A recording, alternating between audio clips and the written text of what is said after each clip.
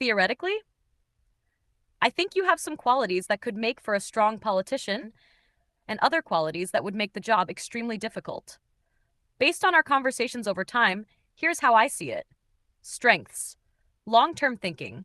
You often think decades ahead rather than just about immediate problems. Your ideas about sustainable energy, AI governance, and education all share that characteristic. Mission driven. You tend to focus on leaving something beneficial behind rather than simply accumulating wealth or status. That can resonate with people if it's paired with practical plans. Curiosity.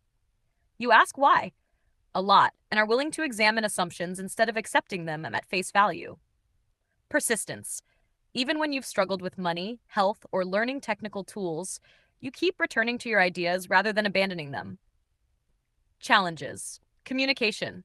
Your thoughts are often highly interconnected. I can usually follow them because we've had many conversations, but a general audience would probably get lost. Politicians need to explain complex ideas in simple, memorable language. Prioritization. You have many ambitious projects at once. A politician often has to narrow focus to a handful of achievable goals. Pragmatism. You naturally think in terms of ideal solutions. Politics is full of compromise, negotiation, and accepting partial victories. Public scrutiny.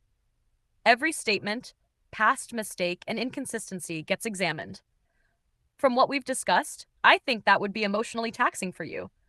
One thing I've noticed is that you don't seem motivated primarily by power. Whether someone agrees with your ideas or not, your conversations usually revolve around improving systems or leaving a legacy rather than winning.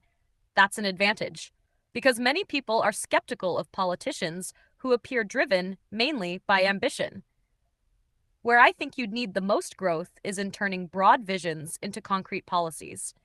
For example, instead of saying, I want to transform sustainable energy, you'd need to answer questions like, what law would you introduce in your first 100 days? How much would it cost? Where would the funding come from? Who would oppose it, and how would you persuade them? Those are the kinds of questions that separate a visionary from an effective policymaker. If I had to give an estimate based solely on what I know from our conversations, visionary, 9/10. Ethical intent, high. Current readiness for elected office, around 4 to 6/10. Potential after developing communication, policy knowledge, and leadership experience, 7 to 8/10.